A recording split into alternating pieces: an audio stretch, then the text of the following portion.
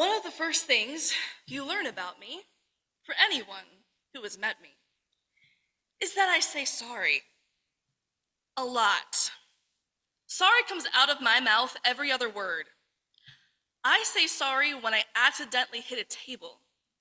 To the table. Sorry has been embedded in me from my Ohio upbringing, something that often gets trained in white women from the Midwest, similar to the terms, oop, and let me squeeze by here. I often try to play it off as a Midwest white woman quirk, but I know in my friendships and relationships, it can be altogether infuriating. Because for as much as I say the word, I'm not really that great at the art of apology. You see, in the white polite culture that I was raised in and inculcated with, sorry is a way to assuage other people's feelings. It's a way to people please, to maintain nicety and calmness in situations. That is not the purpose of apology. A real apology confronts. It faces fears. It owns harm. It acknowledges the elephant in the room. It doesn't sorry it away. Real repentance takes a different kind of humility. That kind of humility, the one that is most difficult and most uneasy, is also the greatest source of empowerment when it comes to repairing relationships and community. Here we are on October 6th, sitting between the Jewish holidays of Rosh Hashanah and Yom Kippur, the Jewish New Year and the Jewish Day of Atonement. In these high holy days, Jewish people of faith around the world reflect on the last year and the new one. In the Jewish faith, harm done against other people cannot be forgiven by God. The actions must be the reconciliation and forgiveness between other people. Only promises and actions taken against God can be forgiven by God. Often in the days leading up to Yom Kippur, Jewish people will reach out to friends, to family, to acquaintances, and recount or apologize for things that have happened and ask for forgiveness. Other actions such as giving to charity, fasting, or additional prayers are encouraged during these days, leading up to the Day of Atonement, where ritual prayers are said to provide a clean slate for the year ahead. What exactly is atonement? For that, I turn to someone who is wiser than me, to the wisdom of Rabbi Danya Ruttenberg. She reflects on the work of Maimonides, very fondly known as Rambam, who wrote the laws of repentance, basically trying to skim through the Talmud in a way that was digestible for people to understand it, to understand what actually is repentance. And she reflects on this in her book on repentance and repair, making amends in an unapologetic world. You see, unlike in American culture or popular culture, in the Jewish tradition, repentance, forgiveness, and atonement are three different things, right? Repentance is the process of healing and repairing. Forgiveness is only something that can be given by a harmed party, and it is never expected or a natural consequence of repentance. And atonement is kind of a spiritual cleaning of past harms, but it's only possible at the end of the process of repentance. Atonement itself is not repentance, and forgiveness is not repentance. Those are separate things. So according to Rabbi Danya, what does repentance look like? Well, she goes through Maimonides' laws and illustrates a path to follow. The first step is public confession, to publicly own the harm that has happened.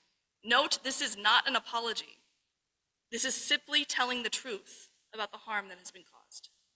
Second is to actually start the work of changing yourself, to not repeat that harm again, to study, to learn, to explore, to inquire about what happened, to try to make the process of changing yourself.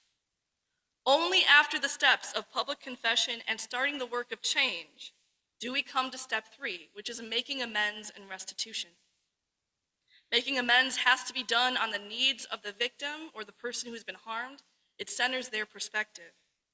And only after the work of amends has been started do we get to step 4, the apology.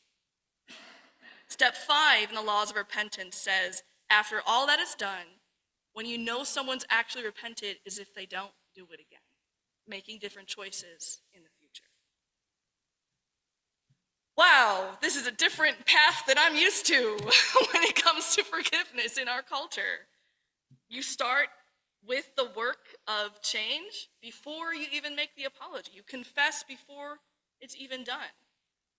It feels so alien to our American society. It takes the onus of the work and transformation on the person who committed the harm, not the person harmed. And it takes seriously the inner work of change first and the making of amends before being able to actually apologize. It offers a reflection of what we do in real relationships, right? When we actually mess up with the people we love the most, often we try to change, make amends, and then are like, that was not a great thing I did. This feels so weird in American culture because America has an accountability problem. I'm gonna get myself in trouble. Whether it's a candidate for presidential office or a New York mayor, we are currently surrounded in our current politics by people running away from federal indictments. We have countless stories of celebrities or grifters getting away from corruption or crime or long histories of abuse. Those in power either try to never admit faults or never address the harm done, or they try to minimize their actions or try to avoid accusations altogether. Whatever celebrities or politicians do have to face the music, so to speak, apologies are usually swift and very carefully worded. Like, if I made you feel this way, or if I did anything to harm you, then I'm sorry. But, right? And when that doesn't work, usually celebrities or politicians will wield cancel culture, saying that they're being bullied, while reemerging with their new political project or Netflix show about months later after the accusations of harm. This is the world we live in the United States of America. And this dynamic is aided both by religious and secular philosophies of forgiveness in America. Whether we're talking about ways that Christian theology has been warped over time, or even just the ways that we are in our secular society, there is this moral obligation to forgive others. You gotta let it go, you gotta move past it, forgive it, forget it.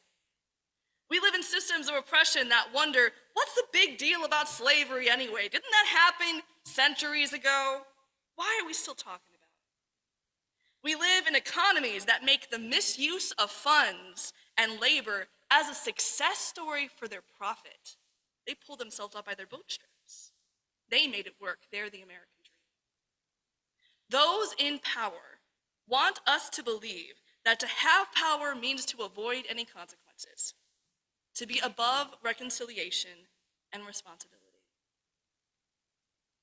And it is frustrating, and it is absolutely heartbreaking. Maybe this is why the world feels so utterly broken. Because being human doesn't make things clean and tidy. Even in the examples I use, or at least some of them, they might seem clean and tidy, but when it comes to the harm we do to other people, there are histories of interwoven trauma and harm and hurt and lost lives. There is so much that is utterly broken. As we've already shared, tomorrow is the anniversary of the October 7th attack, a devastating terrorist attack that was anti-Semitic, that has caused fear and caused rising anti-Semitism, that lost the lives of Israeli people, that created hostages whose lives were lost. And in its wake, we're now faced with a violent genocide of Palestinian lives, of a humanitarian crisis, and a war that is now expanded to several nations. Oh my gosh. We've seen such endless war that doesn't feel like it's protected people's lives or made people safer, and which now looms across so many nations. And I can't help but ask, when will the madness end? How do we repair this? How does any kind of healing even start?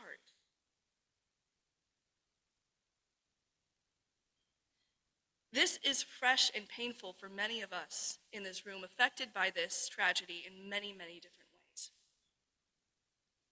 And I know that in our news cycle, in our political ways of talking to each other, the first reaction to such pain is whose fault it is.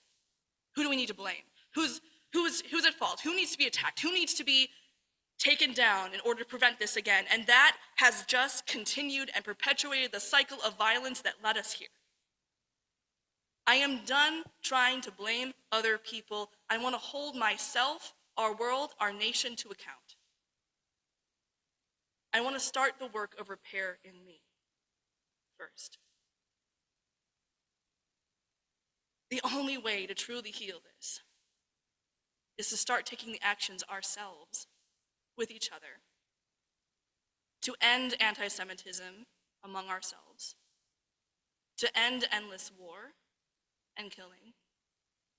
And it may seem overwhelming or exhausting or like we're powerless, but we're not. We can make communities of resilience. We can make communities that drive out Islamophobia and anti-Semitism, that advocate for peace, and that call out for a ceasefire.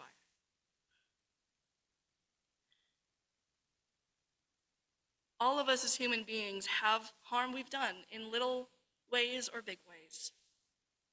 And even when it's uncomfortable or hard, when we own it, when we repair our relationships and work to change the world, that is true power. Because we know something that those in power or in office or celebrities don't know. Empowerment comes from repentance. Our power comes from our ability to change.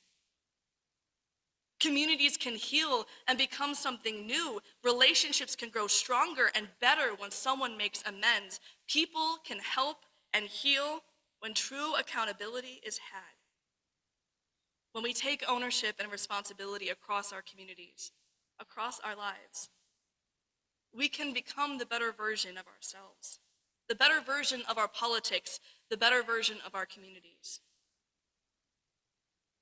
Our power comes from our humility and willingness to change. To be human is to hurt other people, but to what extent we get to decide that. We always have the power to heal from mistakes. In a world without endless violence, it is still possible when each of us takes seriously our own transformation and repair. I'm going to end with words from someone wiser than me, Rabbi Danya Ruttenberg.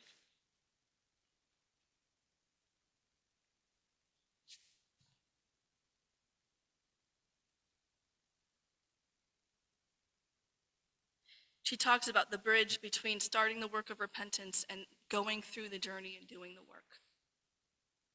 Doing the work to cross that bridge and see for real the impact we had, what it means and what we need to learn to do, how we need to change, what we need to offer of ourselves, how we can repair and what can be different.